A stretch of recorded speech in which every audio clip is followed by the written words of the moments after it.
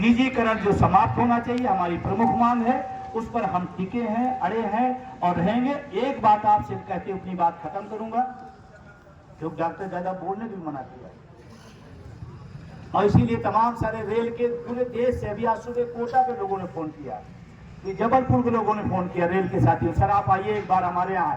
मतलब लगातार देश भर से तमाम रेल के लोगों को हमारे पास फोन आ रहा और मुझे बहुत फक्र है कि इतना विश्वास आप सबने में जाता है। कई लोग तो मुझे मैसेज करते, सर रेल की यूनियन में वोट कहाँ देना है, आप जहाँ कहें वहीं देंगे। इतना बड़ा विश्वास मेरे ऊपर है, मैं धन्यवाद देता हूँ रेल के साथियों को।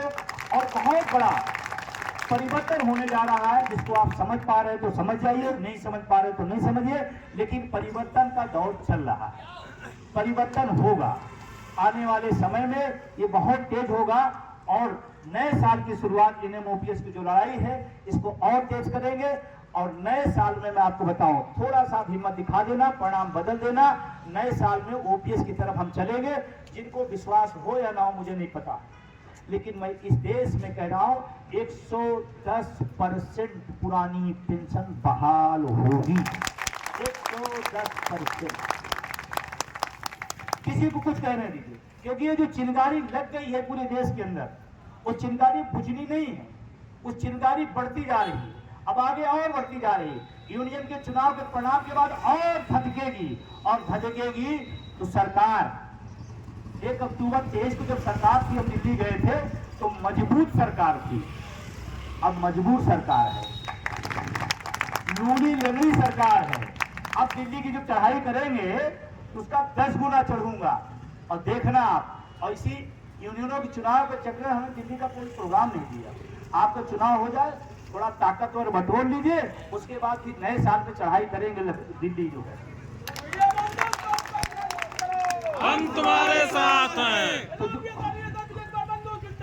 जिंदाबाद जिंदाबाद। तो जो शेर हैं उनको शेर को और शेर को ताकत दीजिए।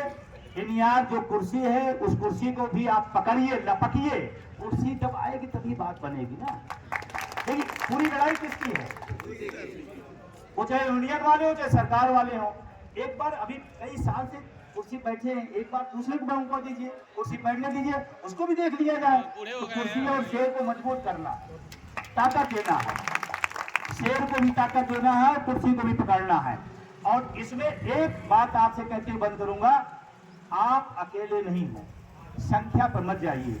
मैं लखनऊ का टेस्ट ले रहा हूं, लोग कह रहे हैं सर मन बन गया है, यूपीएस के हम खिलाफ हैं, जो यूपीएस का समर्थन करे हम उसके खिलाफ हैं, वोट हम देंगे। तभी मैंने वो नारा दिया, चुपचाप ओपीएस छाप, ओपीएस छाप, ओपीएस छाप। ठीक रहेगा? बिल्कुल। अच्छा, ये कोड वर्क है, जैसे आजादी के समय भगत सिंह चंद्रशेखर लोग कोड बोलते थे। अच्छा, इसमें कौन विरोध कर पाएगा?